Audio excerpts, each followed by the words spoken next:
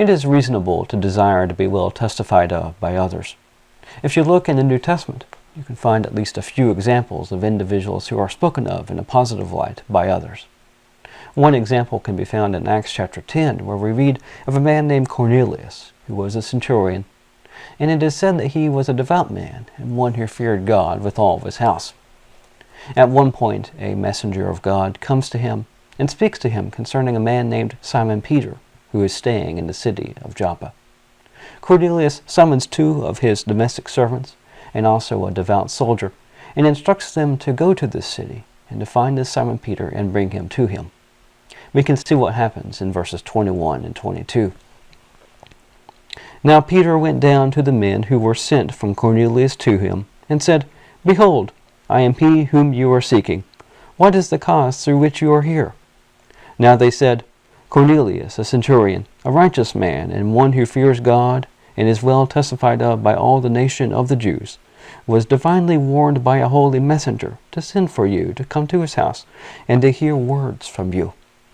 In this text, we see that the domestic servants and the devout soldier have good things to say about Cornelius. They describe him as a righteous man and one who fears God. But also he has a positive testimony by another group of people, too. It says, is well testified of by all the nation of the Jews. He's not the only one who has this testimony. If you turn to Acts chapter 22, verse 12, we see Paul the apostle describing the man who is known as Ananias.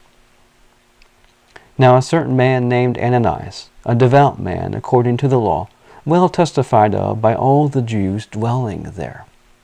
Paul does describe him as a devout man.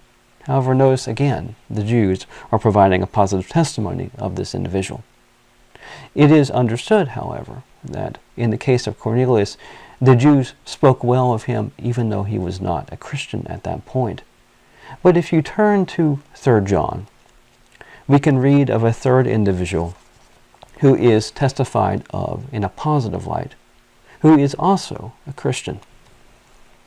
The 11th verse of 3 John provides instruction by the author to his readers about not imitating what is evil, but rather to imitate what is good. Beloved, do not imitate what is evil, but what is good. He who practices good is from God. He who practices evil has not seen God. The next verse, verse 12, then goes on to describe a man named Demetrius. As for Demetrius, he has been testified of by all and by the truth itself. But we also are testifying, and you know that our testimony is true. From this text and also the 2 others that have been provided, we know that people may provide a positive testimony of us. And it is something that would be a benefit to us. It would be something that would be encouraging to us. Now, I think it is safe to say that if someone is not striving to follow after God, then they very well could give us a negative testimony. They could speak evil of us. But if we find ourselves in the company of individuals who are at least trying to follow after God, then perhaps they will provide a positive testimony of us, because we will strive to imitate what is good, to practice what is good, to be devout, and so on. I encourage us that we all do that, and that we may be well testified of by those who are trying to follow God. Thank you very much for taking the time to watch this video, and have a nice day.